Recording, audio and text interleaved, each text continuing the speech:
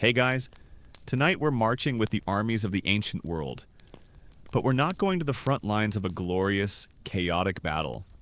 We're settling in for the long, slow, and miserable work of a siege. Imagine a great walled city, its defenders defiant on the ramparts, and outside those walls. A sprawling, dusty, and increasingly smelly camp of soldiers. Waiting. Sieges were the great chess matches of ancient warfare. Long struggles of engineering, starvation, and sheer stubborn willpower. But sometimes, when stone and steel weren't enough, commanders turned to a different, more insidious kind of weapon, one that was silent, invisible, and utterly terrifying. Tonight's story is about the horrifyingly creative ways ancient civilizations weaponized the natural world against their enemies. And let's be honest, you probably wouldn't have survived the experience. Forget the poisoned arrows and the diseased corpses for a moment. You'd probably get a massive splinter on day one of building a siege tower and die of an infection a week later. Workplace safety regulations were not a top priority for the Hittite war machine. So, before you get comfortable, take a moment to like the video and subscribe, but only if you genuinely enjoy what I do here. It's a quiet and simple way to support the channel. And while you're at it, I'd love to see where and when you're tuning in from. Go ahead and drop your city and local time in the comments.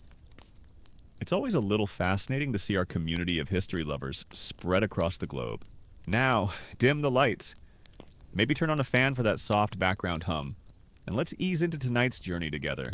Your world is made of wood, rope, and the unyielding stubbornness of stone. You are not a common soldier. You do not spend your days practicing with a spear or a shield. You are a craftsman, an engineer in the great army of the Hittite Empire, under the command of the divine king. Supaluluiuma. Your purpose is not to fight the men inside a city, but to fight the city itself. You are a breaker of walls. The siege camp is your temporary home. It sprawls across the dusty plain before the walled city of Carchemish, a rebellious vassal state that has foolishly decided to defy the might of the empire.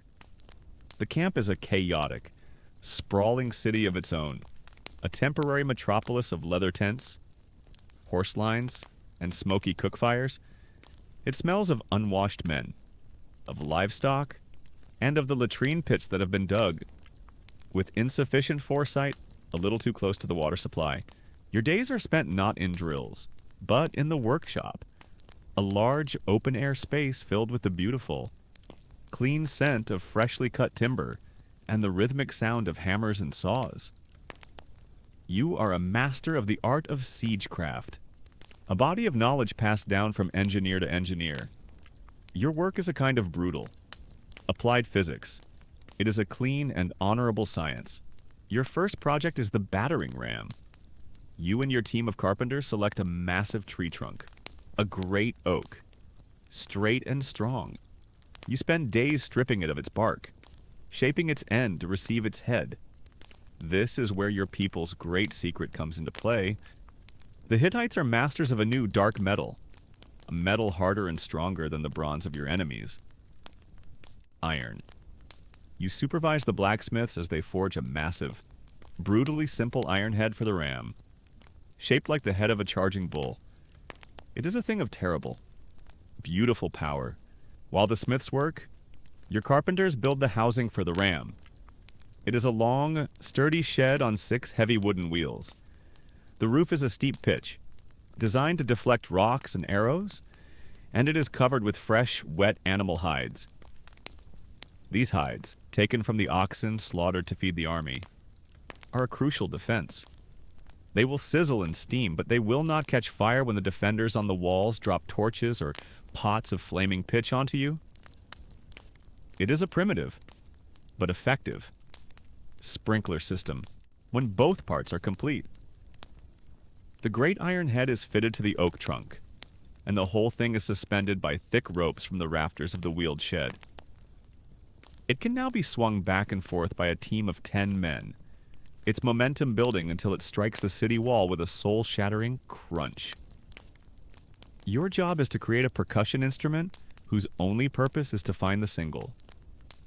Tired stone that will lead to the collapse of all the others. But your true masterpiece, the centerpiece of the siege, is the Great Tower. It is a project of immense scale and complexity. It must be a fortress in its own right. A mobile castle as tall as the walls of the city itself. Building it is the world's most stressful construction project. The deadline is before the army runs out of food, and if you make a single miscalculation in the angles, the whole thing could topple over. You begin with the base, a massive square of thick oak beams, reinforced with iron. On this, you build the tower, story by story. It is a skeleton of wood, a great multi-leveled cage. At the top, you build a wide platform for your best archers and a hinged drawbridge that can be dropped onto the enemy ramparts. The entire structure will be pushed into place by 100 men, straining on levers and ropes, their feet slipping in the dust, like the ram. The whole tower is sheathed in a dripping, foul-smelling cloak of wet animal hides. It is ugly, it is slow, but it is the key to victory. As you work, you sometimes think about where these ideas came from. You remember hearing stories from a mercenary who had served the Egyptians, and he described a similar tower they used in a siege in the lands of Canaan. Did your people learn the design from them? Did a spy sketch the plans on a piece of papyrus, or did two engineers, hundreds of miles apart, faced with the same problem of a high stone wall, simply arrive at the same logical solution? Historians of the future will debate the extent of military technology transfer in the late Bronze Age. This great international arms race between the empires of the Hittites, the Egyptians, and the Mycenaeans. For you, it is a simple matter of professional pride. You are confident your design is better, your joinery is stronger, your use of iron, superior. The commander of the army, a grim-faced general named Tudalia, comes to inspect your work every day. He is an impatient man, a man of the sword, not of the saw. Is it ready yet, he asks. Every day, you and your fellow engineers learn to give him vague, non-committal answers. You reflect that project managers have not changed much over the centuries. The work is grueling. The sun is relentless. The rations are a monotonous diet of hard, flat bread, dried figs, and the occasional stringy piece of boiled mutton. You're fairly certain you could use the bread as a building material for the tower. It's that hard. But there is a deep satisfaction in the work. You are a creator. You are turning a pile of raw timber into a complex, magnificent machine of war. It is a clean, honest, and honorable struggle. It is your engineering prowess against their architectural skill. It is a battle of wood and stone, of physics and gravity. Weeks turn into a month, then two. The city of Carchemish is stubborn. Their walls are thick, their defenders well supplied. Your battering ram pounds at their gates day and night. The constant thud. Thud? Thud, a new heartbeat for the whole valley. But the gates hold. Archers on your completed tower trade fire with the archers on their walls. A deadly, long-distance conversation of whirring shafts and splintering shields. The siege grinds on. And, as it does, problems begin to arise in your own camp. The sheer number of men and animals, all living in close proximity, creates a perfect environment for sickness. The latrine pits begin to overflow. The water supply, drawn from a stream that runs near the camp, grows cloudy and foul. Men start to come down with the flux, a debilitating intestinal sickness that leaves them weak and dehydrated. The camp's healers, with their poultices and chants, are overwhelmed. Sickness, is as much an enemy as the men on the walls. An army can be defeated from within by a disease more effectively than by any sword. But this kind of sickness is a known enemy. It is a natural consequence of thousands of men living together in a field. It is a problem to be managed. It is part of the accepted, if miserable, reality of a long campaign. It is not yet a weapon. Finally, after nearly 3 months of labor, your greatest creation is complete. The main siege tower, a monster of wood and wet hide, stands finished. It is 9 stories tall, its top platform bristling with archers, its drawbridge cocked and ready. Alongside it, 3 battering rams are ready to make a concerted push on the main gate. The final assault is planned for the next morning. There is a sense of tense excitement in the camp. The long, boring work of the siege is over. Tomorrow, the battle will be won or lost through force of arms, through the strength of the machines you have built. You stand with the other engineers, looking at your creation against the setting sun, and you feel a profound sense of pride. You have done your work. You have mastered the clean, honorable science of breaking walls. This is how wars are won. Through strength, through ingenuity, through the honest application of force. You go to your tent that night, your mind filled with calculations of stress and leverage, confident that your work will bring you victory tomorrow. You do not know that in the command tent. The general, frustrated by the long siege and the mounting sickness in his own camp, is contemplating a new and terrible kind of strategy. A strategy that has nothing to do with the clean physics of wood and stone. A strategy that will change the very nature of the war you are fighting. You wake before dawn, the air in your tent cold and filled with the tense.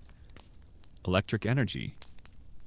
Today is the day of the great assault. All through the camp, the army is stirring. You hear the clatter of cookpots, the low murmur of thousands of men making their preparations, the sharp commands of officers.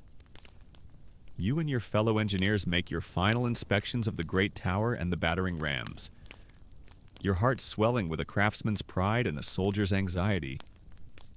Your work, the clean, honorable work of physics and force, is about to be put to the ultimate test. The sun rises, burning the morning mist off the plain. The army is assembled. The archers are in the tower. The crews are inside the shielded rams. Everyone is in place, waiting for the signal from the general's horn. The signal to unleash the storm. But the signal does not come. The sun climbs higher. The heat begins to build. The men grow restless. A confused murmur ripples through the ranks. Why are we waiting? Has the king of Carchemish offered to surrender? You stand by your magnificent, unused siege tower, and you feel a growing sense of anticlimax and unease. Then, a messenger finds you. The general Tudalia summons you. He says, to his tent. Immediately? This is highly unusual. You are an engineer, a master of wood and stone, not a captain to be consulted on matters of grand strategy.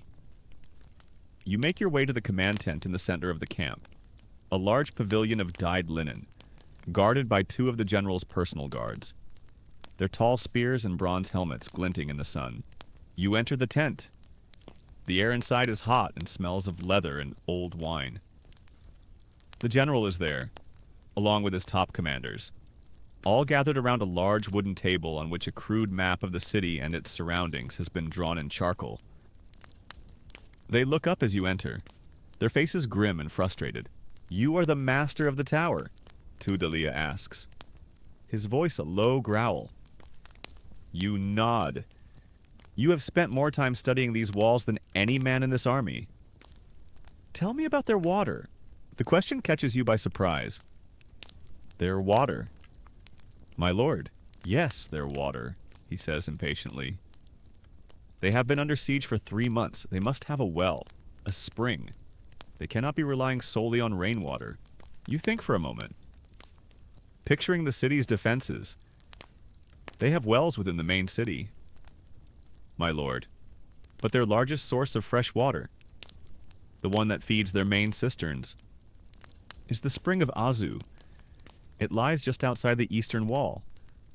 It is protected by a small outer fortification, a watchtower and a short wall. We had judged it not worth the cost of taking.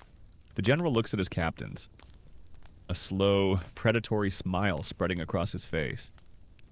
A watchtower and a short wall, he muses. And what if we did not need to take it? He leans over the map. The assault today would be costly, he says. Their walls are strong. Their archers are skilled. I would lose 500 men, perhaps 1,000, before we breach the main gate. And for what? For a city that has defied us for months. He straightens up and looks directly at you. I have decided on a new strategy. We will not break their walls. We will break their bodies. We will not conquer their city. We will make it uninhabitable. A cold dread begins to creep up your spine. You do not understand what he means, but his tone is one of a new and terrible kind of cruelty. You, engineer, he commands, will lead a small party tonight. You know the terrain around the eastern wall? You will lead them to the spring of Azu. You will overwhelm the guards, and you will poison the well.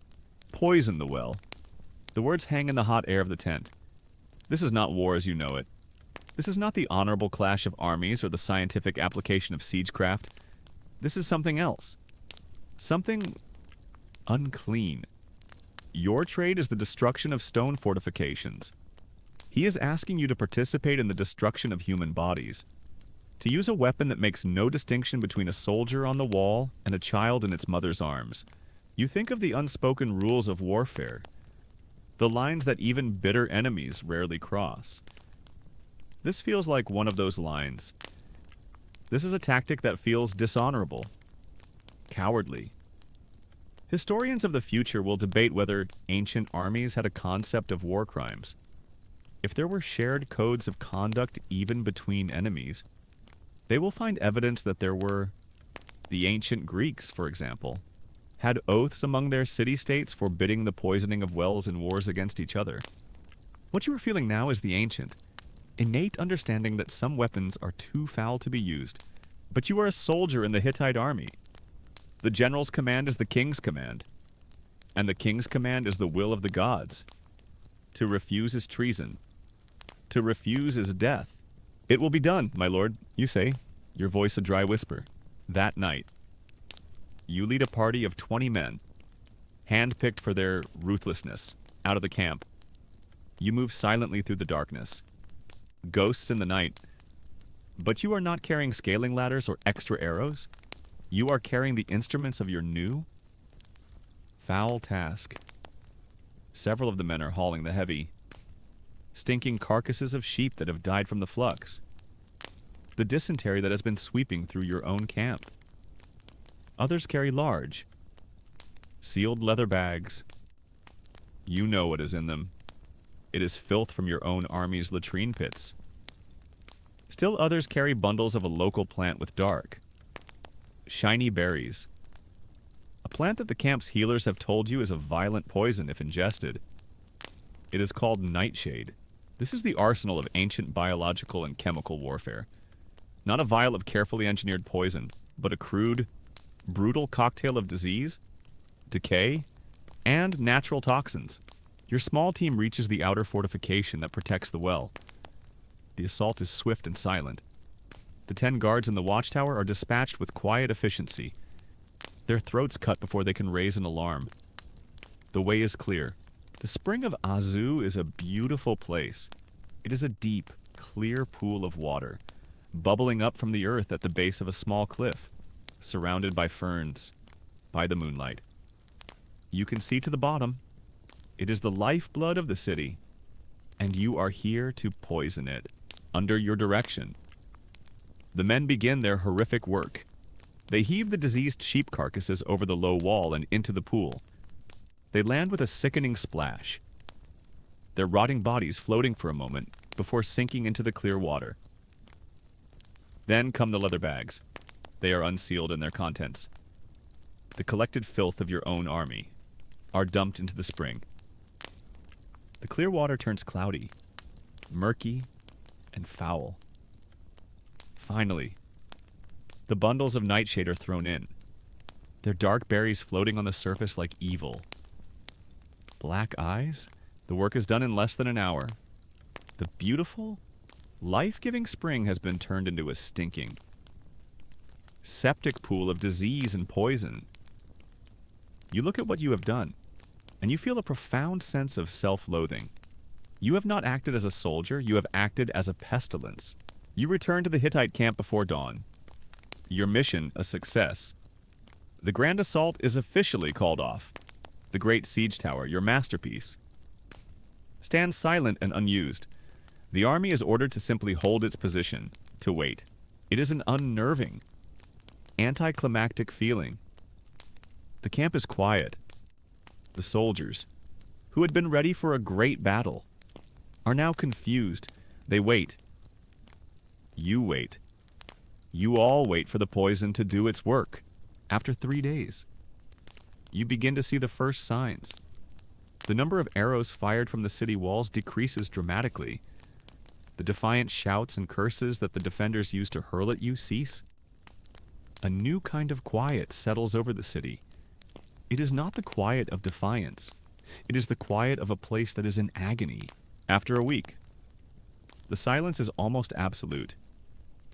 The few guards visible on the ramparts look weak, unsteady on their feet. There are no sounds of life from within the walls, only the occasional faint cry of someone in pain. On the 10th day, the main gate of the city of Carchemish creaks open. A single man, an emissary from the king of the city, stumbles out, waving a piece of white cloth tied to a stick. He is thin, his face is pale, and he can barely stand. He approaches your camp and announces that the city surrenders, unconditionally. A great cheer goes up from your army. They have won. The long, frustrating siege is over. They have conquered Carchemish without losing a single man in a final assault. They celebrate General Tudhalia's brilliant, bloodless strategy. But you do not cheer. You stand apart. Looking at your great, unused siege tower, you remember the clean, honorable science of its construction, the pride you felt in its creation, and you compare it to the foul, disgusting work you did at the Spring of Azu. You have won, but you have done so not with the honorable strength of a soldier or the clean ingenuity of an engineer. You have won with a weapon of filth and sickness. You have won by becoming a poisoner as you prepare to march into the surrendered city, to see the effects of your handiwork up close. You do not feel the pride of a victor. You feel only a cold, creeping dread. You have participated in the dawn of a new kind of warfare, and you have a terrible feeling that this dark, unclean path leads only to more horror. Entering the surrendered city of Carchemish is not a triumphal march. It is a descent into a quiet, stinking hell. The victory celebration in your camp dies on your lips the moment you pass through the gates. The city is not empty, but it is not full of defiant soldiers or grateful citizens either. It is full of the sick, the dying, and the dead. The survivors who can still walk stumble into the streets, their faces gaunt, their eyes hollow. They do not look at you with hatred, but with a kind of numb, exhausted despair. They are a defeated people, but they were not defeated by your army. They were defeated by the poisoned water you gave them. The stench of dysentery and death hangs heavy in the air, a foul miasma that clings to the back of your throat. You see bodies lying in the gutters, unburied. You see families sitting in the doorways of their homes, too weak to move. Their moans a soft, constant chorus of misery. This is your victory. This is the result of your general's bloodless strategy. You, the engineer, the builder of great, clean machines of war, are now walking through the aftermath of a biological attack you helped to orchestrate. The experience leaves a permanent, foul taste in your mouth. You have learned that there are weapons far crueler than a battering ram, and that a victory won with such a weapon feels perilously close to a curse. In the years that follow, the memory of Carchemish stays with you. You continue your work as a master engineer in the Hittite army. You build other siege towers, other rams. You participate in other campaigns. But the world of warfare has been subtly, irrevocably changed for you. You are now keenly aware of the unseen weapons, the secret, dirty tactics that can bring a city to its knees more effectively than any army. Your new education comes on the northern frontier of the empire, in the cold, windswept grasslands bordering the Black Sea. The enemy here is not a fortified city-state. It is the nomadic tribes of the steppes, horsemen who fight a different kind of war. They do not build walls to hide behind. They do not meet you in ordered lines of battle. They are a swirling, fluid force that appears and disappears like the wind. To combat this enemy, your king has done something unusual. He has hired a contingent of mercenaries, a tribe of Scythians, to serve as scouts and light cavalry. The Scythians are unlike any people you have ever met. They are a race born in the saddle. They dress in leather trousers and pointed caps. Their faces are weathered by the wind, and their eyes are a piercing, pale blue. They seem more at home with their horses than with other men. They do not march, they flow across the landscape. They are masters of the composite bow, a short, powerful, recurved weapon that they can fire with deadly accuracy from a galloping horse. They are wild, they are fierce, and they smell of horse sweat, sour milk, and something else. Something vaguely unpleasant you can't quite identify. Their personal hygiene appears to be a low priority, which you will soon learn is a key component of their military strategy. You are fascinated by them. As an engineer, you are a student of technology, of how things work, and the Scythians are a new and highly effective military technology. You spend your evenings in the camp observing them. One night, you see a group of their warriors gathered around a small, smoky fire. They are not sharpening swords or polishing armor. They are preparing their arrows. The process is a strange and meticulous ritual. You approach them, your curiosity overcoming your caution. One of them, a scarred veteran with a braided beard, looks up at you. You offer him a small skin of your army-issue wine, a gesture of goodwill that transcends language. He accepts it, takes a long drink, and seems willing to tolerate your presence. Through a camp translator, a man who knows a smattering of the Scythian tongue. You ask what they are doing. The veteran grins, a flash of yellow teeth in his weathered face. He is proud of his work. He decides to share his trade secret. He shows you what is in the small, sealed leather pot at his side. He warns you not to smell it too closely. The contents are a thick, dark, and foul-smelling paste. A grayish-brown sludge that looks like something dredged from the bottom of a latrine pit. This, the translator explains, is Scythicon, the legendary Scythian arrow poison. The veteran, with a craftsman's pride, explains the recipe. It is a masterpiece of applied biological horror. First, he tells you, they capture the most venomous snakes in the steppes. They milk them for their venom, a precious and deadly liquid. But the venom is just the appetizer, the seasoning. The main ingredient is more gruesome. They take the venom and they mix it with copious amounts of fresh human blood. To this, they add a generous portion of horse dung and soil that they know is contaminated with the droppings of diseased animals. They seal this vile cocktail in an animal skin pouch or a clay pot, and they bury it in the ground, and then they wait. They leave it to putrefy for weeks, to fester and decay, for the venom to break down the blood, for the bacteria in the dung to multiply in the warm. Airless environment. The result is this sludge, a concentrated septic poison that is more than just a chemical toxin. It is a living weapon. You watch, horrified and fascinated, as the Scythian warriors carefully, almost lovingly, coat the bronze heads of their arrows with the foul mixture. They handle it with extreme care, knowing that a single accidental scratch on their own hand could lead to a slow and agonizing death. You ask the translator if the poison kills a man instantly. The veteran laughs at your question. No, he says that would be too quick, too merciful. He explains that the true power of the Scythian arrow is not in a swift death. It is in the certainty of a slow one. A man struck by one of these arrows, even if it is just a shallow scratch on his arm, will not die immediately. At first, he may think he is lucky, but within a day, the wound will begin to swell. The flesh will turn black and hot. A foul-smelling pus will begin to weep from it, The man will be consumed by a raging fever. His limb will begin to rot while he is still alive. The pain, the Scythian says with a grim smile, is unimaginable. Death will come days later, from what your people call blood poisoning. A agonizing, wasting death. It is a death from gangrene. It is a death from tetanus. It is a death from a dozen different kinds of filth-borne infection, all delivered in a single, efficient package. This is the terrible genius of the Scythian arrow. It is not just a poison.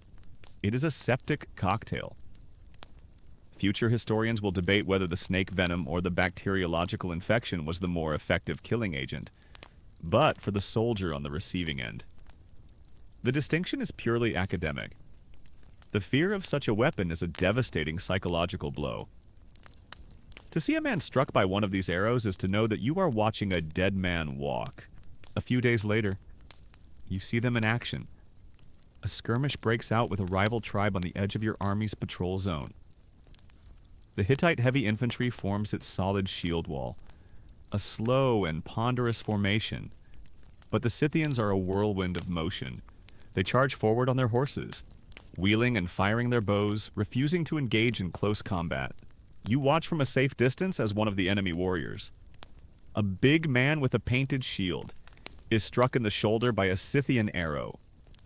It is not a deep wound. He pulls the arrow out with a roar of anger and continues to fight.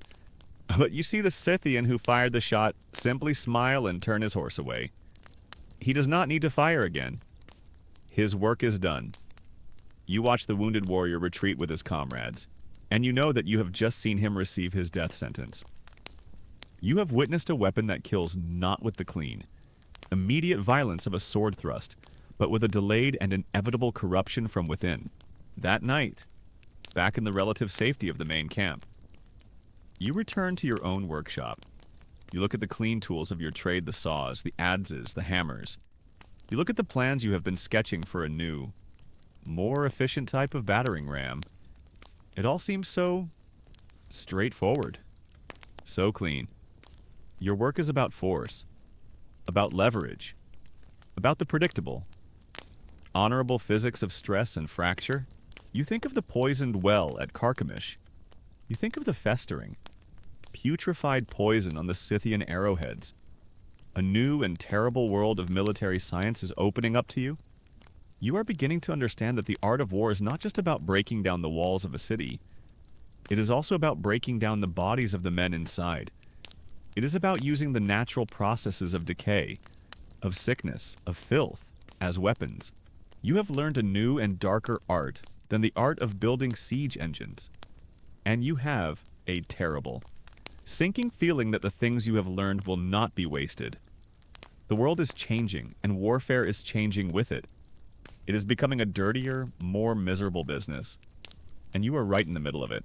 The victory at Carchemish is a turning point. Not just for the war, but for you.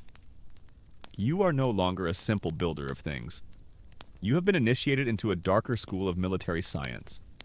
One where victory is achieved not by the strength of your walls, but by the weakness of your enemy's bowels. The memory of the poisoned well, the ease of it, the terrible efficiency of it lingers in your mind. A disquieting knowledge that you cannot unlearn. Years pass.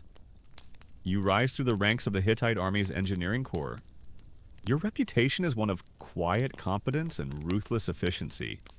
You have overseen the construction of a dozen siege towers, of rams that have shattered the gates of rebellious cities from the mountains of Anatolia to the plains of Syria. But in every campaign, at every long and frustrating siege, the shadow of Carchemish looms. You hear the generals muttering, wondering if there is an easier way, a faster way, a dirtier way. The idea of the unseen weapon has been planted, and now it is about to bear horrific fruit. You are on a new campaign, this one in the far western lands of Arzawa. This confederation of small kingdoms has always been a thorn in the side of the Hittite Empire. Their cities wealthy and their walls thick. The campaign is difficult. The summer is brutally hot. The land is dry and dusty, and your army's supply lines Stretching for hundreds of miles back to the Hittite heartland, are strained to the breaking point. You are laying siege to the city of Mursa. The siege has dragged on for months, and now, a new problem has arisen, one that is familiar to any commander of a large army. Sickness has broken out in your camp. But this is not the usual flux or fever that comes from bad water and crowded conditions. This sickness is different. It starts with the animals, the donkeys and the rams, the backbone of your army's logistical train, begin to fall ill. The animals, used to haul supplies and provide a walking larder of meat and wool, become listless. They refuse to eat. Their coats become matted and rough. Small. Weeping ulcers appear on their skin. They sicken and die with alarming speed. The camp's healers are baffled. They have never seen an affliction like this. It is an epizootic, a plague among animals. Future scientists might identify it as tularemia, a bacterial disease common in rodents and sheep that can be transmitted to humans. A sickness sometimes called rabbit fever. For you, it is simply another curse from a hostile god in a hostile land. The death of the pack animals is a catastrophic blow to your army's logistics. The flow of grain and supplies from the rear slows to a trickle. The mood in the camp turns grim. The general, the same ruthless Tudalia who commanded you at Carchemish, is faced with a crisis. His army is bogged down before a well-defended city, and his supply chain is collapsing from within. He can either admit defeat and begin the long, humiliating retreat back to the heartland, or he can find another way. He summons you to his tent. The years have not softened him. His face is a mask of grim frustration. He does not waste time with pleasantries. The animals are dying. He says, "Our supplies are failing, but the city of Mursa remains defiant. My scouts tell me their fields are green and their livestock are healthy. They think they can outlast us." He pauses, and a strange, cold light enters his eyes. "I have been thinking about our victory at Carchemish, a lesson in efficiency." He looks at you. "The master engineer? I have a new engineering problem for you to solve." He says, "I want you to deliver a cargo to the people of Mursa. Not a battering ram, not a siege tower. I want you to deliver our sickness to them." You stare at him, a cold dread seeping into your bones. You know what he is suggesting. His plan is as simple as it is diabolical. He wants to gather the sick and dying rams from your own flock. He wants you to lead a detachment of men to drive these diseased animals over the hills and release them into the grazing lands and near the water sources of the city of Mursa. He intends to deliberately and systematically infect the enemy's livestock, to destroy their food supply, and he hopes to have the sickness jump from their animals to their people. This is a horrifying new step. The poisoned well at Carchemish was an act of brutal opportunism, using the filth of your own camp to foul an enemy's water. But this is different. This is the conscious cultivation of a disease as a weapon. This is the first time you have been asked not just to exploit a sickness, but to actively aim it, to direct it, to use living creatures as a vector for pestilence. You think about the moral implications, but only for a moment. You are a soldier. Your city is at war. Your commander has given you a direct order. Your own growing weariness and cynicism leave little room for protest as you begin to make the preparations. You reflect on this strange, new form of warfare. Historians of the future will pore over the Hittite archives, over the clay tablets containing the plague prayers of kings like Mersliath-Taggins, a successor to your own king. They will debate the exact meaning of the words. When a Hittite king prays to the gods to remove a plague from his land and drive it into the land of the enemy, is he speaking metaphorically? Is it a simple prayer for deliverance? Or is it a literal description of a state-sanctioned policy of biological warfare standing here? With the stench of sick sheep in your nostrils and the general's cold command in your ears, you know the answer. The debate is settled. This is not an accident. It is a strategy. Your mission is a grim parody of a shepherd's life. You and a hand-picked group of soldiers are tasked with rounding up the sickest rams from the army's flock. It is a miserable job. The animals are weak, their wool falling out in clumps, their eyes dull with fever. They are pathetic creatures, and you are about to turn them into weapons of mass destruction. You become a herder of doom, under the cover of darkness. You and your men drive this diseased flock away from your camp and into the contested hills that separate your army from the city of Mursa. The journey is tense and surreal. The sick animals are difficult to move, stumbling and falling in the dark. You find a valley that contains the main stream that flows down to the city and the lush pastures where the herds of Mursa graze. This is your target. You and your men drive the rams down into the valley, forcing them towards the stream, towards the rich grass. Then, you simply leave them. You retreat back into the hills, leaving your biological weapons to wander, to drink from the stream, to graze alongside the enemy's healthy flocks, to die and to rot and to release their contagion into the earth and the water. You return to the Hittite camp, your mission complete, and then you wait. Again, there is no great climactic battle necessary. There is only a slow, quiet, and insidious victory. Weeks pass. The siege continues, but it is a lazy, half-hearted affair. Your army is conserving its strength, its supplies. Your true weapon is already at work, unseen. Soon, your scouts begin to bring back reports. A strange sickness has broken out among the flocks of Mursa. Their sheep and their cattle are dying. Then, a few weeks later, new reports arrive. The people of the city are falling sick. A pestilence is sweeping through the crowded streets. A sickness of fevers and ulcers, the same one that has afflicted your animals. The defense of the city crumbles from within. The guards on the walls are weak and few. The defiant shouts have ceased. The city is dying. One day, the gates of Mursa open. A delegation of elders emerges. Their faces gaunt. They offer their unconditional surrender. They offer tribute. They offer anything. If only your great Hittite king will ask his powerful gods to lift the curse of the sickness that is destroying their people. You stand beside General Tudaliya as he accepts their surrender. He is praised for his cunning, for his ability to win a great victory with minimal Hittite losses. He has conquered a great city by weaponizing its own food supply against it. You feel a familiar, hollow sickness in your gut. You walk through the streets of the conquered city. It is Carchemish all over again. But worse. You see not just the sick people, but the fields littered with the corpses of their dead animals. You have not just poisoned their bodies.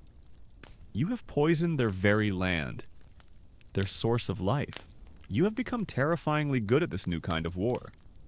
You have mastered the art of breaking cities not with rams, but with rams of a different sort. You have unleashed a plague upon your enemies as you stand in the desolate, quiet square of Mursa. A chilling thought occurs to you. This weapon, this pestilence, is powerful, but it is also alive. It is a chaotic, unpredictable force. You have driven it into the lands of your enemy. But what is to stop it from wandering back? What is to stop the wind from carrying it back to your own camp, to your own cities, to your own family? You have unleashed a demon, and you have a terrible, creeping premonition that this demon does not care which side it fights for. It is a weapon that, once released, may never be controlled again. Your victory over the city of Mursa is a strange and hollow thing.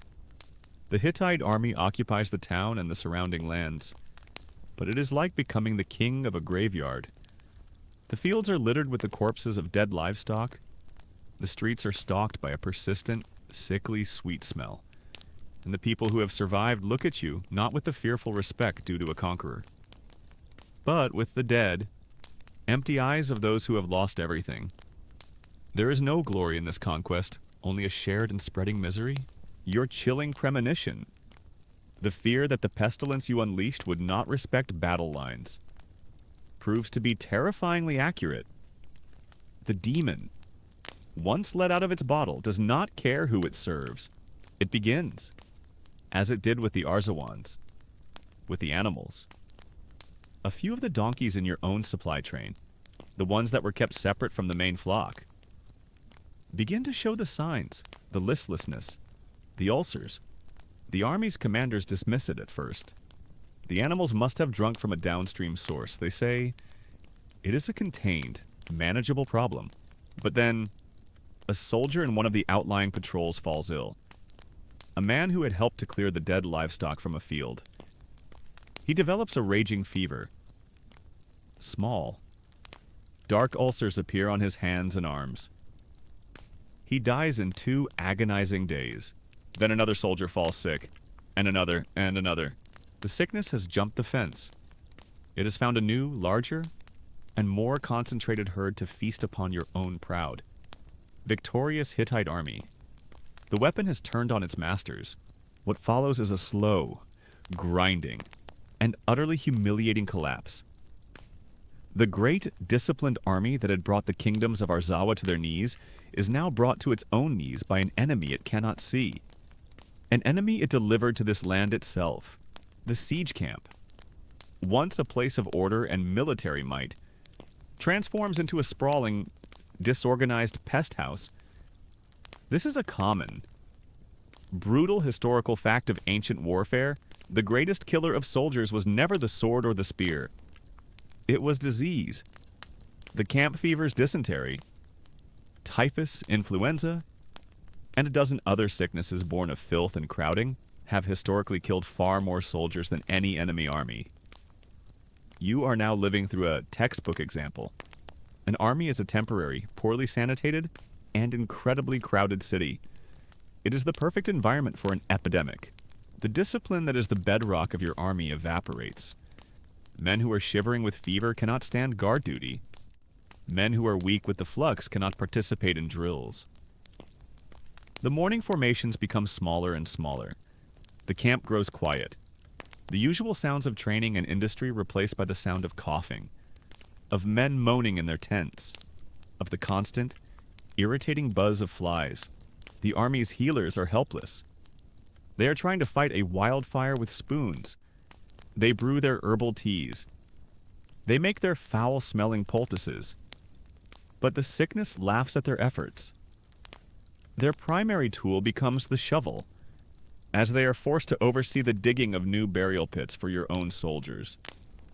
A grim echo of the work you did at Carchemish. You, the engineer, find your own role changing once again. Your knowledge of building siege towers is useless now, but your practical understanding of logistics and sanitation is not. You see men drinking from the same contaminated stream that the sick animals have fouled. You see the latrine pits overflowing, located dangerously close to the camp's kitchens. This is the great academic debate that future historians will have. Did ancient peoples understand the link between sanitation and health? Was their failure to separate waste from water a matter of ignorance? Or was it simply an unavoidable consequence of trying to manage thousands of men in a temporary, chaotic environment? You do not have a theory of germs, but you have common sense. You see the filth, and you see the sickness, and you understand there is a connection. You go to General Tudalia. You tell him your concerns. A man now humbled and terrified by the invisible enemy that is destroying his army, listens. He puts you in charge of improving the camp's sanitation. It is a miserable, thankless, and ultimately futile task. You organize work crews to dig new, deeper latrine pits, a half-mile away from the camp. You order that all drinking water must be boiled, a command that is difficult to enforce and often ignored by thirsty, undisciplined soldiers. You try to impose a new order on the camp's chaos, but it is too little, too late. The sickness is already too deeply entrenched. The irony of your situation is a constant, bitter presence. Your general's brilliant. Ruthless strategy has backfired in the most spectacular way imaginable. He wanted to use the plague as a tool, but the plague is not a tool. A tool can be put down. The plague, once released, has a life of its own. You look at Tudalia's face during the morning briefings and you see a man utterly broken by the consequences of his own cleverness. He has been undone by a flock of diseased sheep. It is a strategic masterstroke of self-destruction. In their desperation, the commanders and priests turn to their last resort ritual. If the sickness cannot be defeated by practical means, perhaps it can be driven away by spiritual ones. You are called to witness a great purification ceremony, an obscure but powerful Hittite ritual designed to cleanse the army of the plague. The priests select a scapegoat, not a literal goat, but a human prisoner, one of the captured Arzawan soldiers. They lead him to the center of the camp. The entire army, or what is left of it that can still stand, is assembled to watch. The high priest begins a long, droning incantation, a prayer to the gods of plague. He is asking them to transfer the sickness, the filth, the sins of the Hittite army into the body of this single, terrified prisoner. The prisoner is then dressed in the soiled garments of a man who has died of the plague. He is paraded through the camp, the soldiers spitting on him and cursing him, symbolically transferring their affliction to him. Finally, he is driven out of the camp and into the wilderness, sent back towards the lands of Arzawa, a living vessel carrying a cargo of curses. He is a scapegoat, sent to Azazel in the desert, a ritual that echoes through many ancient cultures. It is a powerful, dramatic, and deeply moving piece of religious theater. And it changes nothing. The men continue to sicken and die. The decision is finally made. The campaign is over. It is a catastrophic failure. The great Hittite army must retreat. The retreat is a nightmare. It is not the orderly, disciplined withdrawal of a proud army. It is a slow, shambling, agonizing death march. The army leaves a trail of its own dead across the dusty plains of Anatolia. Men collapse by the side of the road and are left where they fall. The precious iron weapons are abandoned because there are not enough healthy men to carry them. The remaining animals die. The army is not just defeated, it is being erased. You march with them. You are one of the lucky ones. You have not yet fallen sick. But every day you wake up and wonder if this will be the day. You check your own skin for ulcers. You pay obsessive attention to every ache, every pang in your gut. You live in a state of constant, low-level terror as you trudge eastward, back toward the safety of the Hittite heartland. You have a great deal of time to think. You think about the arc of your own education in the art of war. You began as a builder, a master of clean, physical force. Then you became a poisoner, a wielder of unclean things. You used disease as a weapon to conquer an enemy. And now, you have seen that same weapon turn and consume your own army. You have learned the ultimate lesson of this new, horrifying form of warfare. Disease is not an arrow that you can aim. It is not a sword that you can sheath. It is a chaotic, indiscriminate force of nature. It has no allegiance. It does not recognize uniforms or battle lines. It is a fire that, once lit, will burn any fuel it can find, and in unleashing it upon your enemies, you have merely invited it to your own funeral feast. You look at the straggling, pathetic remains of your once great army, and you know that the future of warfare will be forever changed. The man who can master this new invisible weapon will be the most powerful man on earth. But the man who thinks he can truly control it is the greatest fool of all. The retreat from the lands of Arzawa is a long, slow, and humiliating funeral procession. The great Hittite army, which had marched west with such pride and power, now limps home, a shadow of its former self, leaving a trail of its own dead across the Anatolian plateau. You survive. Your own constitution, or perhaps just sheer dumb luck, has spared you from the sickness that you helped to unleash. The sickness that has now devoured your own army. You return to the Hittite heartland, to the great capital of Hattusa. You are a veteran now, a senior engineer whose name is known to the king's generals. But you are a changed man. The clean, Mathematical certainties of your youth have been replaced by a cynical, weary knowledge of the world's darker possibilities. You have seen that a victory won through pestilence is no victory at all. You have learned that disease is a weapon that serves no master, you hope. With a desperate, fervent hope that you will never be called upon to use such a weapon again. Your hope is misplaced.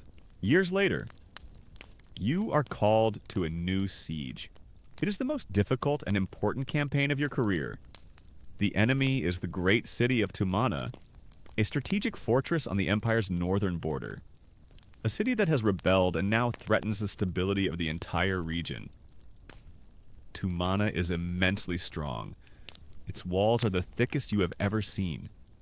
Built by a rival empire with a genius for fortification, it is well supplied, and its people are fierce and defiant. The siege becomes a long, brutal stalemate. For month after agonizing month, your army throws itself against the city's defenses, and for month after agonizing month, the city holds your battering rams, the great iron-headed beasts of your own design, splinter against their iron-banded gates. Your siege towers are burned by torrents of flaming oil poured from the ramparts. Your archers lose their duels with the city's own skilled defenders. The Hittite army is bleeding. The casualties are enormous. And, as always in a long siege, the sicknesses of the camp begin to take their toll. Dysentery and fever are once again thinning your ranks.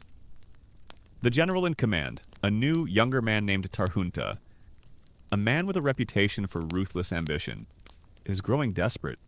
The king is demanding a victory, but the city refuses to fall. One evening, you are summoned to the general's tent. The mood inside is grim. Tarhunta looks at you, his eyes dark with frustration.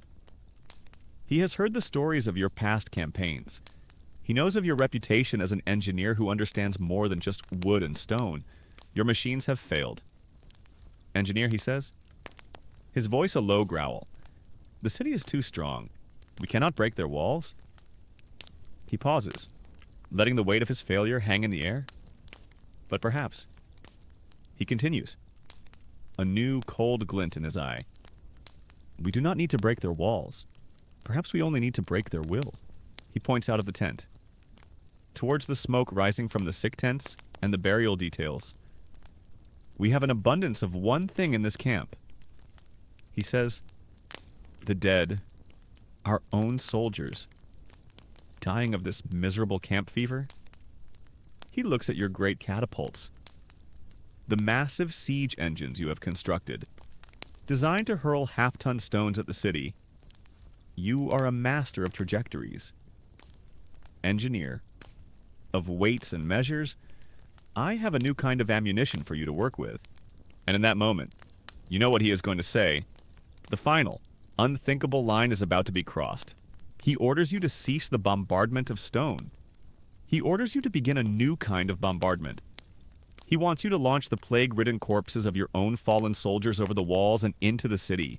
You are horrified. This is a perversion of everything you know. The well at Carchemish was an act of brutal opportunism. The diseased rams of Arzawa were a cruel, but perhaps understandable, act of desperation against an animal population. But this is a new level of monstrous desecration. To use the bodies of your own comrades, your own fellow soldiers, as ammunition, to turn them into vectors of pestilence, to hurl them into the city like so much rotten meat. It is an act of profound, blasphemous horror, but you are a soldier. The general's command is absolute, and you are also a pragmatic engineer, and a dark, cold part of your mind is already beginning to work on the problem. Your craft, the science of ballistics, is now turned to this ghoulish new purpose. You go to your greatest siege engine, a massive counterweight trebuchet. It is a beautiful and complex machine, a symphony of levers and tensions, designed to hurl stone with incredible force and accuracy. Now, you must adapt it for its new, grotesque payload. A human body does not have the same weight or aerodynamic properties as a cutstone. You must adjust the great counterweights, adding or removing stones to get the correct range. You must design a new sling, a wide net of rope and leather that can cradle the body without it tearing apart from the sheer force of the launch. The work is a surreal, technical nightmare.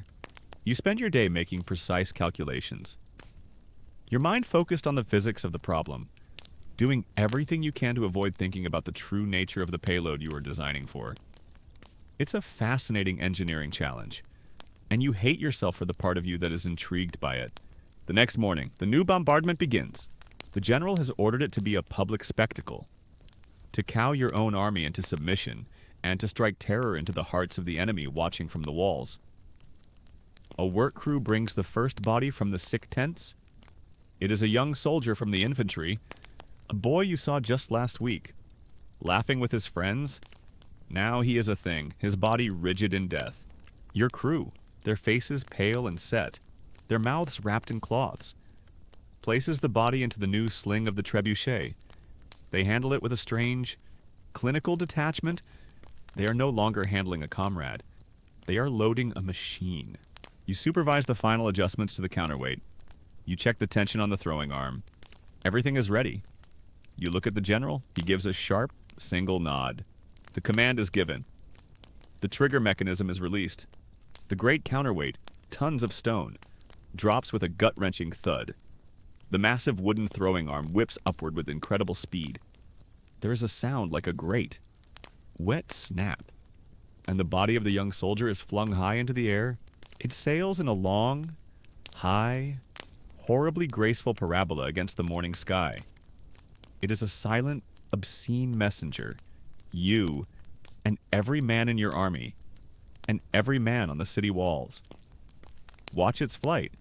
It seemed to hang in the air for an eternity before it begins its descent, tumbling end over end, over the high stone walls and out of sight.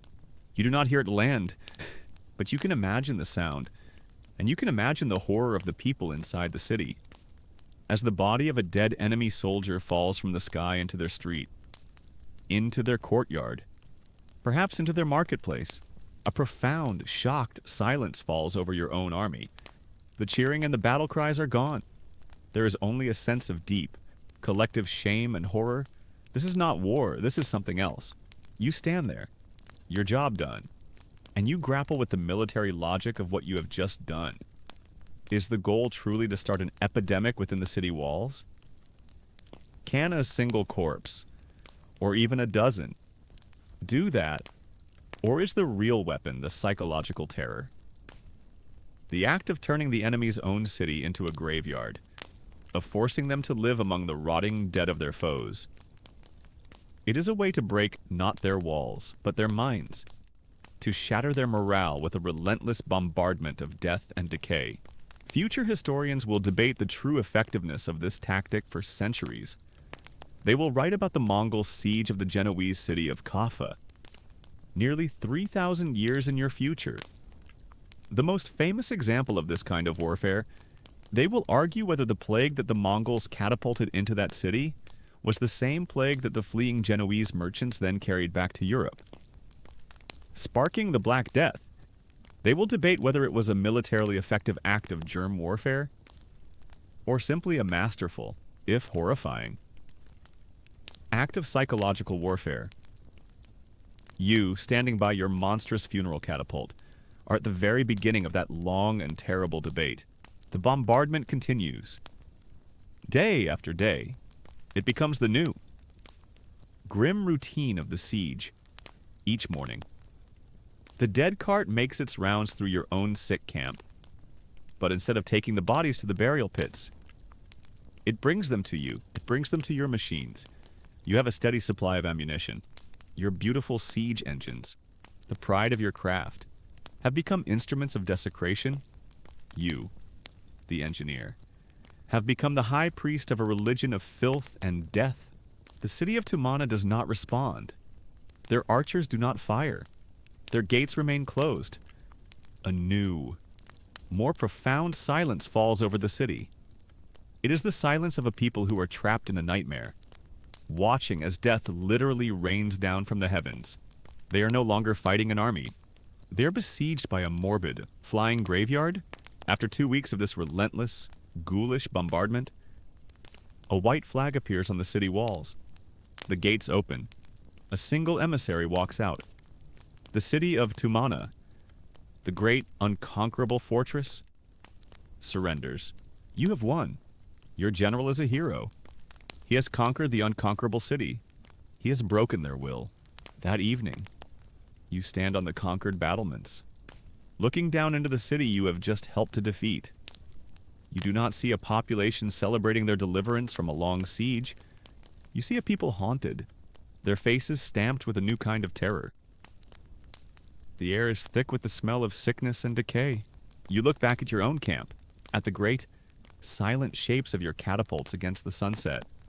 You once saw them as beautiful, powerful machines, symbols of the clean, honorable power of engineering. Now, you see them for what they are: grotesque, obscene.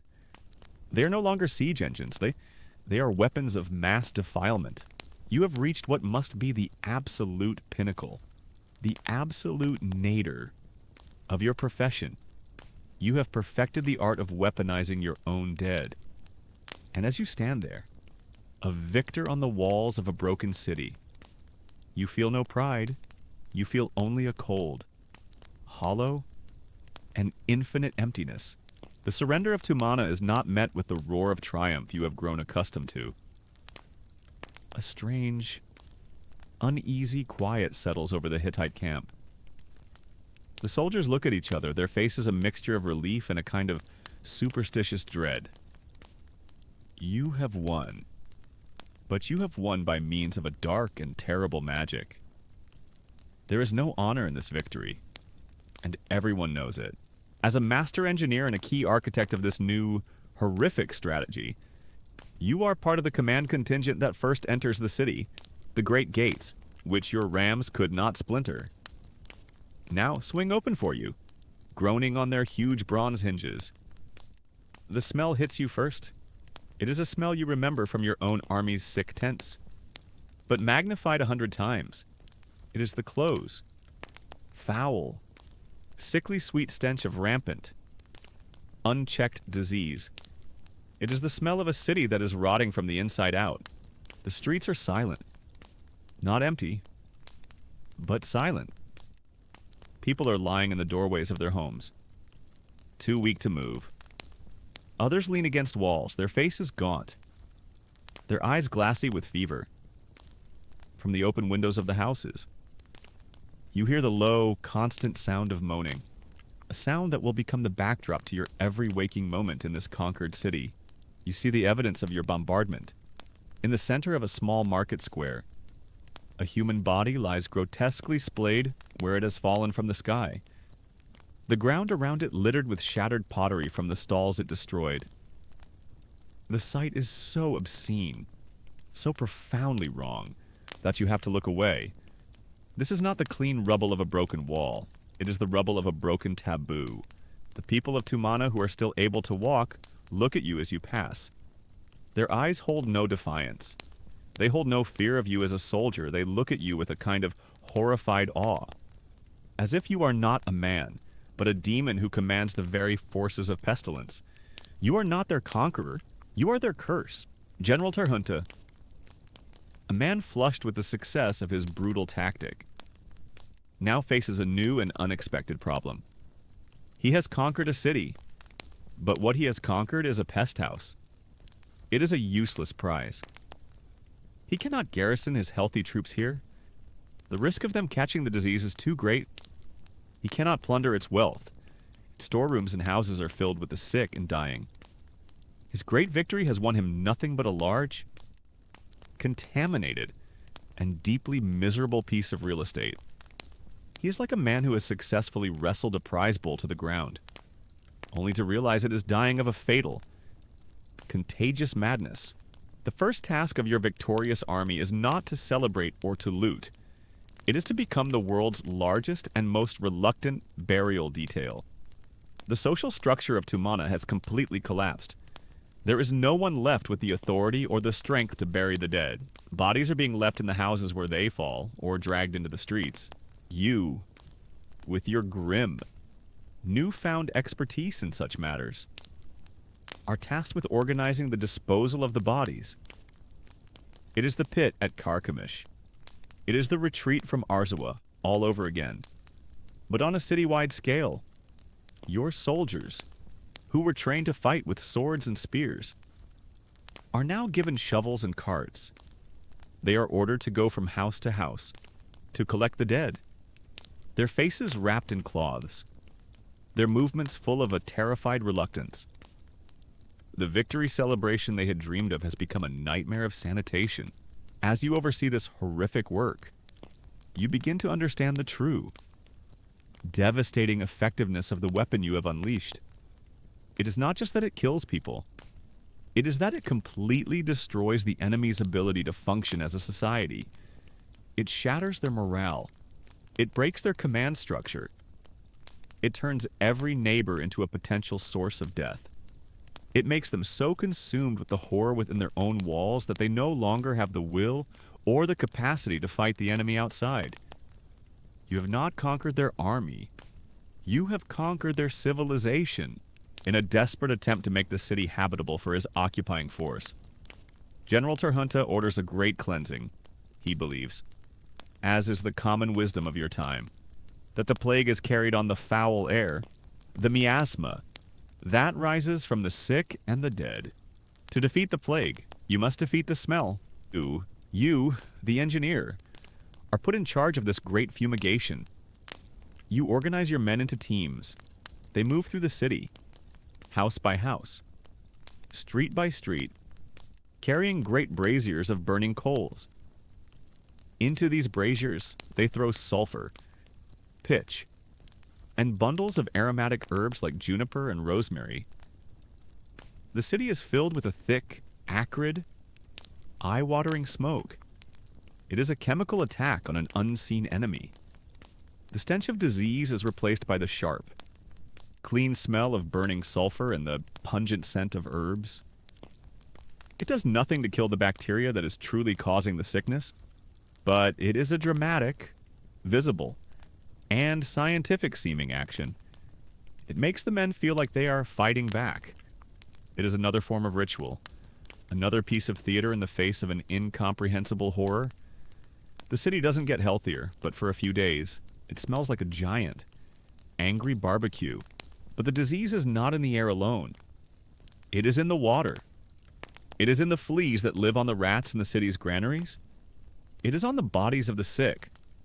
And despite your best efforts to keep your soldiers garrisoned outside the walls, contact is inevitable. Soldiers, thirsty after a day of hauling corpses, drink from a city well. A captain, seeking plunder, enters a house and is bitten by a flea from a contaminated blanket. A supply cart brings back more than just salvaged grain from the city's storehouses. The inevitable happens. A soldier in your own camp falls ill. He develops a high fever, and then you see it on his neck. A dark, swollen bubo, the disease of Tumana, the disease you launched into the city, has now found its way back into your own army. The general is furious. He doubles down on the fumigation. He orders any soldier showing the slightest sign of sickness to be isolated. But it is too late. The invisible enemy is now in your ranks. The barrier between victor and vanquished has been breached. You watch as the sickness begins its slow, inexorable spread through your own troops. It is a grim and terrible justice. The men who celebrated their victory are now falling to the very weapon that gave it to them. You stand on the high walls of Tumana at sunset, looking out.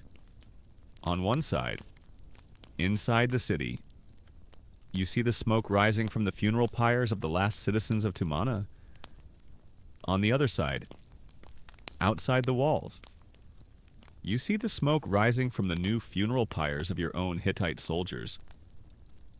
The two plumes of smoke drift upwards and mingle in the still evening air, becoming a single, gray column of shared misery. You think about the consequences of this victory. A victory that will be celebrated in the histories of your people. But what will the histories of the people of Tumana say? If any of them survive to write one, you have created a hatred here that will likely outlive you. that will fester for generations. The debate for future scholars is whether such atrocities crush an enemy's spirit permanently, or if they plant the seeds of a deep and bitter desire for revenge that will bloom. Years later, in blood and fire, looking at the two sets of funeral pyres, you feel a profound sense of futility. You have not won. The city has not lost. The only victor here is the pestilence itself. It is fed on the people of Tumana, and now it is feeding on you. It is a wholly impartial consumer of human life. You, the master engineer, the breaker of walls, the brilliant wielder of a new and terrible weapon, have become a victim of your own success. You have conquered a city only to find yourselves trapped inside it with the very demon you unleashed.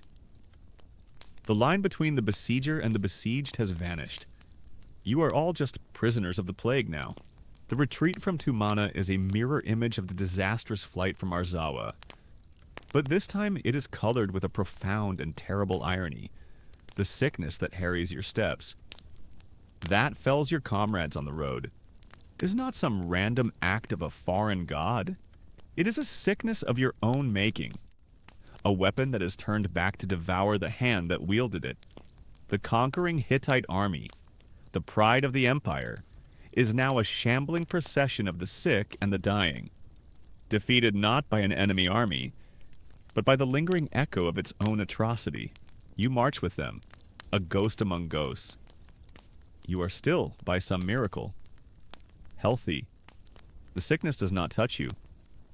Perhaps you have a natural resilience, or perhaps the gods, in their own cruel sense of humor, have decided that you, one of the architects of this disaster, must be spared to witness its full consequences. The long, dusty march home is a time of quiet, grim reflection. The chaos and the immediate horror are over. Now, your engineer's mind, the mind that once thought only in terms of weight and stress and leverage, begins to grapple with the new. Terrible physics of the weapon you have helped to create, Wine. You begin to understand how warfare itself has been fundamentally, irrevocably changed. You think of the great walls of Tumana, the masterpiece of enemy fortification that had defeated your finest engines. You had spent months calculating the force needed to break them, the number of rams, the height of the towers, and in the end, none of it mattered. The walls still stand, proud and unbroken. But the city fell.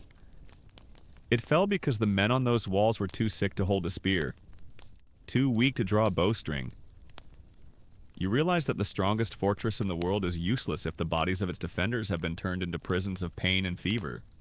You, a breaker of walls, have learned that it is far more efficient to bypass the walls entirely and attack the fragile bodies within. You think of the mighty Hittite army, the most powerful military machine in the known world.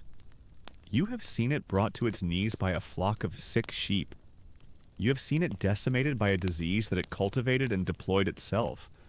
A large, disciplined army. You realize it is not just a source of strength. It is a resource for the plague. It is a concentration of fuel. A perfect, crowded environment for a sickness to burn through. The very thing that makes an army strong its numbers. Its concentration of force also makes it catastrophically vulnerable to this new kind of attack. The old metrics of power, you understand, are becoming obsolete. The future of war may not belong to the king with the biggest army or the strongest walls. It may belong to the man who understands the subtle, invisible currents of disease. The man who knows which swamp breeds the deadliest fevers. Which animal carries the most virulent pox. It is a new science, a new art of war. It requires no great legions, no expensive siege engines. It requires only a single, contaminated source and a complete and utter lack of conscience. Is this progress? You ponder the question as you trudge through the dust. Is the general who wins a siege by catapulting corpses into a city a more advanced, more sophisticated commander than the one who takes it by storming the walls? Is this a horrifying devolution of warfare into a new kind of barbarism? Or is it simply a logical, if chilling? Evolution of the craft war has always been about identifying and exploiting an enemy's weakness. You have simply helped to identify a new, universal, and far more fundamental weakness than a poorly built wall, the inherent frailty of the human body itself. Historians of the future will debate this question, whether the deliberate use of disease as a weapon was a sign of military genius or of moral collapse. You suspect it is both.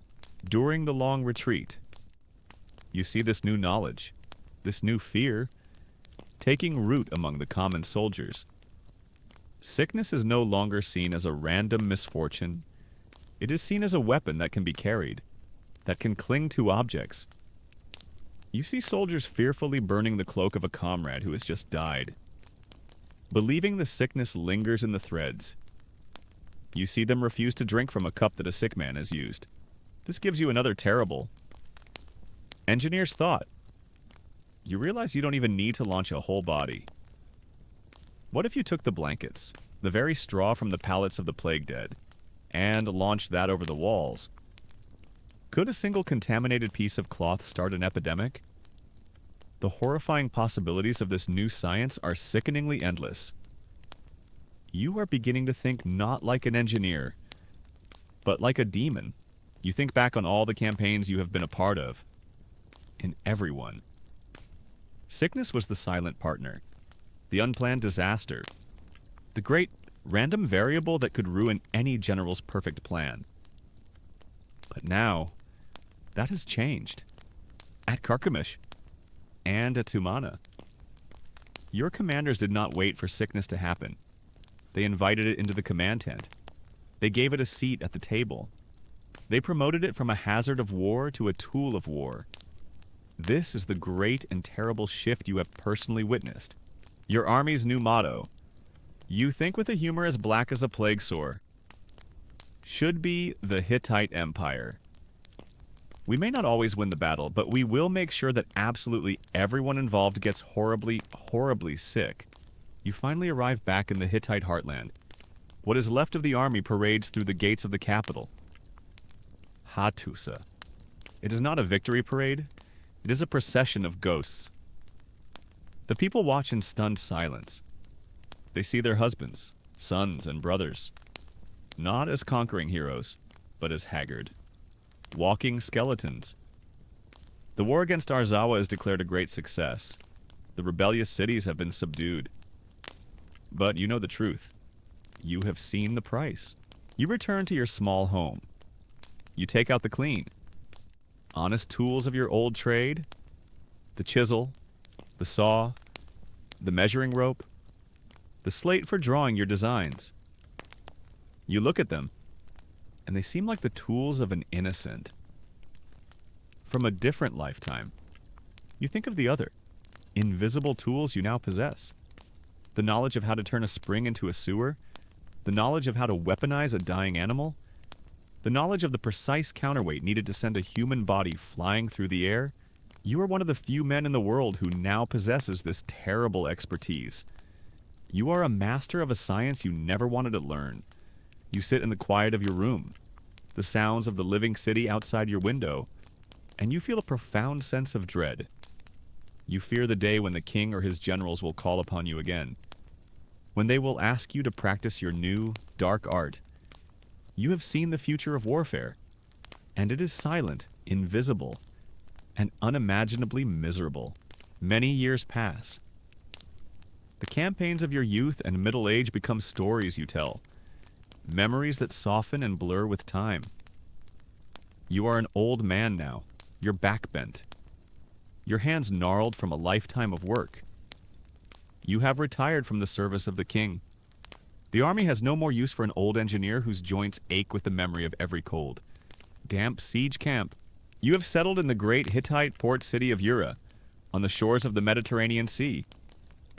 You chose a city by the sea because after a lifetime spent in the dusty, landlocked heart of the empire, you craved the clean, salt-scrubbed air and the vast, open horizon. Your life is quiet now. You have a small house, a pension from the king, and an endless supply of time to sit at the harborside taverns, drinking the tart, resinous wine that comes in clay amphorae from the Greek islands, and watching the endless traffic of the ships. The harbor is a vibrant, chaotic tapestry of the known world. You see the broad, heavy ships of the Egyptians, their great single sails painted with the eyes of their gods. You see the swift, slender galleys of the Mycenaeans and the Minoans, their oars rising and falling in perfect, disciplined rhythm. You see the tubby, round-bellied merchant ships from Cyprus and the Levant, their decks piled high with copper ingots and fragrant cedar wood. It is a city of 100 different languages, 100 different gods, 100 different stories. And you, the old soldier, are a quiet and patient listener. One afternoon, you were sitting at your usual spot, a shady table outside a tavern that looks out over the bustling harbor. You are sharing a jug of wine with a group of Greek traders, Mycenaeans, their skin dark from the sun, their beards curled in the style of their people. They are sailors, and like all sailors, they are magnificent storytellers. They are telling a story that their grandfathers told them, a great and tragic tale from their own history, about the city of Athens during its long and bitter war against its rival, Sparta. You listen, at first with only mild interest, but as the story unfolds, a cold, familiar dread begins to creep up your spine. The traitor, a man named Lycomedes, tells of the early years of this great war. The Spartan army, being masters of land warfare, would invade the Athenian territory of Attica each year, burning their crops and farms. The Athenian leader, a brilliant man named Pericles, had a strategy. He knew they could not defeat the Spartans on land, so he ordered all the people from the countryside, the farmers and their families, to abandon their homes and to take refuge behind the grate. New defensive walls that connected the city of Athens to its port of Piraeus. The city became impossibly crowded. Lycomedes says, his voice low and dramatic. Every house, every temple, every alley was filled with people. They thought they were safe behind their walls. You nod, understanding. You have seen such a scene. You remember the desperate, crowded city of Timana. But then, Lycomedes continues, leaning forward. A sickness arrived. It came from the sea, from Ethiopia, they say, and it fell upon the crowded city like a wolf upon a sheepfold. He begins to describe the symptoms of this Athenian plague. And with each word, the years fall away and you are back in the stinking huts of your past campaigns. He speaks of a sudden, intense fever, of a redness and inflammation of the eyes. He describes a throat and tongue that become bloody, and breath that becomes unnatural and foul. He speaks of violent fits of coughing and sneezing, of a terrible intestinal sickness, of an unquenchable thirst that drove men to throw themselves into the public cisterns, drinking until they died. It is not the same sickness you saw, not the boils and buboes of your wars, but the pattern. The shape of the horror is unnervingly familiar. The Greek trader then speaks of the city's collapse. All order was lost. He says, the laws of men and the fear of the gods ceased to have any meaning. Men, knowing they might be dead tomorrow, threw themselves into every kind of pleasure and debauchery. They spent their money wildly, seeking only to live for the moment. You remember the drunken revelers in Oakhaven, dancing while their neighbors died. The rites of burial were abandoned, he continues, his voice a near whisper. The dead were left in the streets, or piled up in empty houses. The temples became filled with the dying, who went there to plead with the gods and ended up dying at the foot of their statues, defiling the very places they had sought for sanctuary. You see the great, open plague pit of Timana in your mind's eye. You see the funeral catapult? Then, Lycomedes tells you a detail that makes the hair on your arms stand up. He quotes from the old story, from the great historian Thucydides who had survived the plague himself. The most terrible thing of all was the despair into which people fell when they realized they had the sickness. He recites from memory, and a still greater evil was the fact that they died like sheep, from the very act of caring for one another. For it was the physicians, and all others who came into contact with the sick, who died in the greatest numbers. You put down your wine cup, your hand trembling slightly. That is the truth you learned in the foul-smelling huts of your own wars. That is the terrible secret of contagion, the knowledge that compassion is a death sentence, that duty is a path to the grave. You ask the traitor, your voice hoarse, what this Athenian sickness was called. He shrugs. The old story just calls it the Great Plague. No one knows what it truly was. They say it was like no other disease ever seen before or since. It struck down the strong as easily as the weak, and it killed the great Pericles himself, leaving the city leaderless and broken. He leans back. It was the beginning of the end for Athens. They never truly recovered. They lost the war. Years later, but the city had already lost its soul in the plague. The story is over. The Greek traders move on to other, more cheerful tales of sea monsters and foolish gods. But you are no longer listening. You are lost in the echo of their story. You are a Hittite engineer, a man of the Bronze Age, and you have just heard a tale from the future, from the Golden Age of Greece. And it is the same story as your own. The names are different, the gods are different, the symptoms are slightly different, but the plot is identical. You realize, with a profound and weary sadness, that the dark arts you witnessed and practiced are not unique to your time or your people. They are a timeless feature of the human condition.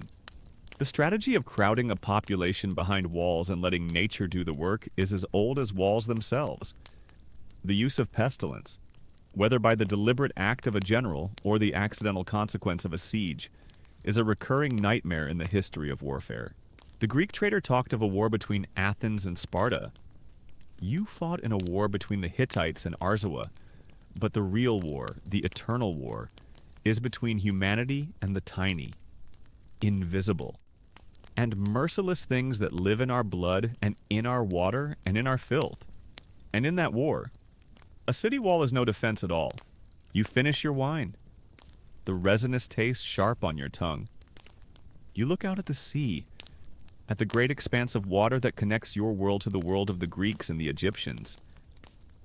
You had always seen it as a highway for trade, for knowledge, for armies. But now you see it as something else. A highway for disease. You are old now.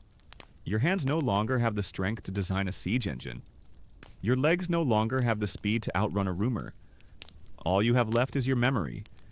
And you understand now that your memories of Carchemish and Arzawa and Tumana are not just your own.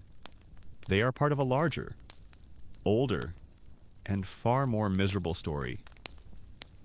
The ghost of a Greek historian has just sat down at your table, 1,000 years before he will be born, and he has told you a story that you already know by heart. The Greek trader's story settles into your soul like a fine, dark dust. You leave the tavern and walk slowly through the bustling streets of the port city of Ura. But you do not see the merchants and the sailors around you. You see the ghosts of your past. You see the terrified faces of the people of Carchemish. You see the sick and dying Hittite soldiers on the disastrous retreat from Arzawa. You see the silent, terrible arc of a body being flung from a catapult against the sky. And you see the haunted, hollowed-out faces of the Athenians from the Greek's tale. The geography is different. The language is different. The century is different. But the landscape of human suffering is always the same. You reach your small, quiet house. For many years after retiring from the army, you kept a workshop. You still had your engineer's mind, your craftsman's hands, but you no longer designed siege engines. You built furniture. You repaired tools. You carved wooden toys for the neighborhood children. But now, in your old age, the tools lie mostly unused, gathering a fine layer of dust. You light a single oil lamp, its flame a small, warm presence in the gathering twilight. You find an old piece of smoothed clay, a tablet you once used for sketching designs, and a sharpened stylus. An old instinct takes over. You, the engineer, must understand the mechanics of the thing. You must create a blueprint. But you do not sketch the plans for a siege tower. You do not draw a battering ram. Instead, you draw a schematic of a city wall. Inside the wall, you draw a well, and you draw a dark, jagged line from a contaminated source outside the city, a latrine pit. A pile of sick animals leading directly to that well. You are diagramming the principles of hydrological warfare. You clear the clay and begin a new sketch. You draw a high-walled fortress. Outside the walls, you draw one of your great trebuchets. The pride of your craft, but in the sling of the catapult. You do not draw a stone. You sketch the indistinct, lumpy shape of a human form. You draw the long, high parabola of its flight. A terrible rainbow of pestilence, landing in the central square of the city.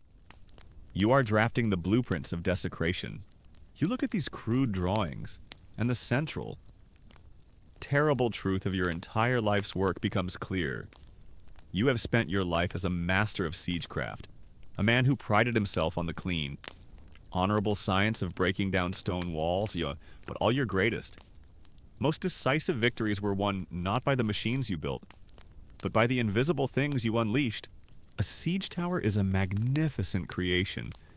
It can take 1,000 men 3 months to build. It can be burned in a single night by a lucky shot with a fire arrow. A battering ram is a thing of immense power, but a well-built gate can resist it for weeks. These weapons are loud, expensive, and fallible. But a disease is the perfect siege engine. It requires no timber, no iron, no massive crews of laborers.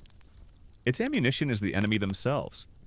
It builds itself, replicating silently in the blood and guts of the besieged. It requires no supply lines. It does not sleep. It needs no reinforcements. It turns every citizen into a potential traitor, their very body a vessel for the city's destruction. A disease doesn't just break down the walls of a city, it breaks down the trust between a mother and her child, between a husband and his wife. It dissolves the very social bonds that make a city possible. You, the great Hittite engineer, have finally understood the ultimate principle of your craft. Why spend months building a great wooden machine to knock down a wall from the outside, when you can use a single sick animal to knock down an entire civilization from the inside? You think of your own empire. In your long life, you have seen it reach its zenith of power, and you have seen the beginnings of its slow, inexorable decline. You hear the stories now, from the heartland. Stories of famine, of unrest, of new enemies. The so-called sea peoples, raiding the coastlines. The great unified strength of the late Bronze Age is crumbling. Future historians will call it a collapse. They will write of systems failure, of climate change, of invasions.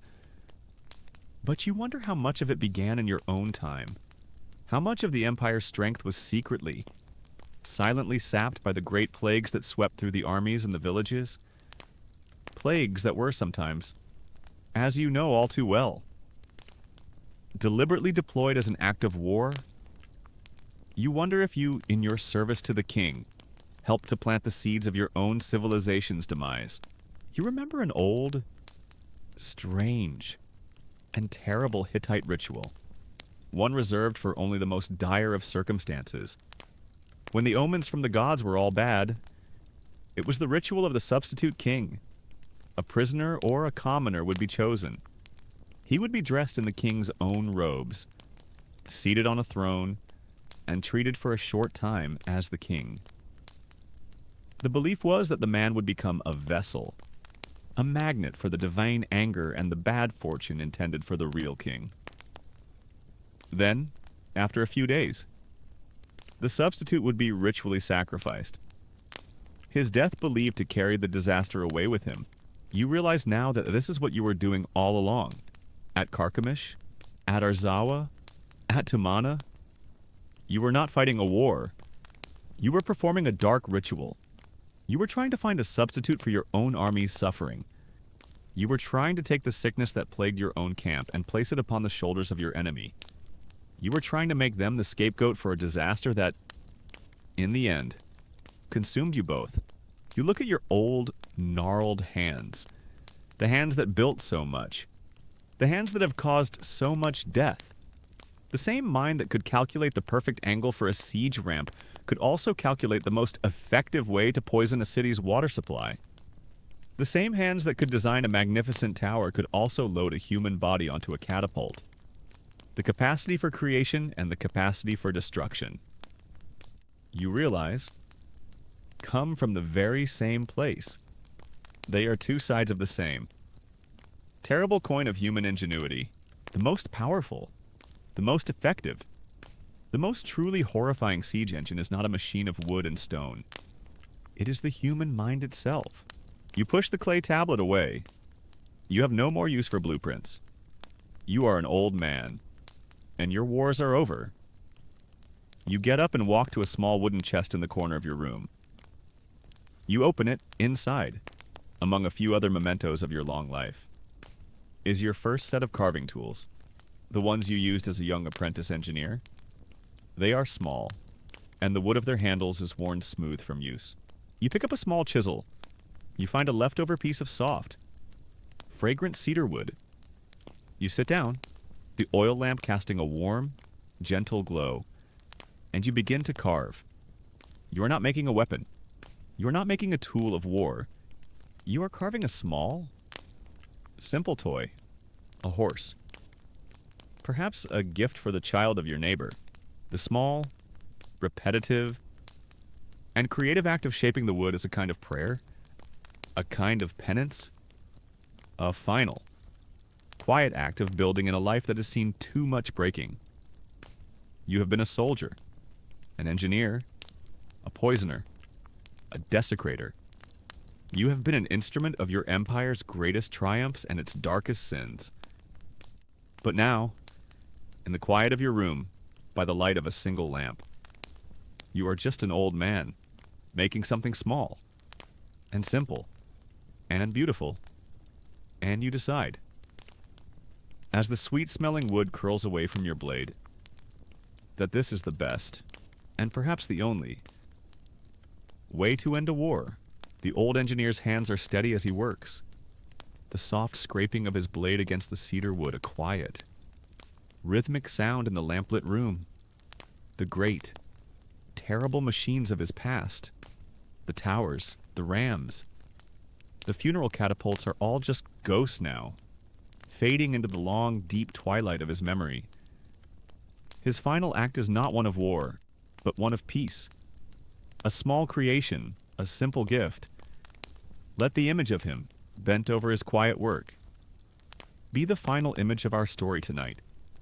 Let the scent of the cedar and the warm glow of the oil lamp fill you with a sense of calm, of a long journey finally reaching a gentle end. The echoes of ancient battles and the cries of distant cities fade now, replaced by the soft, familiar sounds of your own quiet space. The world of the Hittites, with its bronze and its iron, its plagues and its pyres, recedes into the deep well of the past. All that matters now is the present moment, the feeling of the soft sheets against your skin, the gentle pressure of your head on the pillow, the slow, easy rhythm of your own breathing. Each breath is a quiet reassurance, a tide that pulls you further and further away from the shores of thought and worry. You can feel the tension leaving your body, your muscles growing heavy, your mind growing still. The day is over. Its work is done. You are like the old engineer, your own long campaign of wakefulness coming to its conclusion. There are no more walls to be broken, no more battles to be fought. There is only the deep, welcoming peace of the coming rest. The darkness is a soft blanket, a safe and silent harbor. Allow yourself to drift into it, Allow your thoughts to dissolve. There is nothing required of you now but to be still, to be quiet, and to let the gentle, healing current of sleep carry you away. Rest now. Your own long day is over.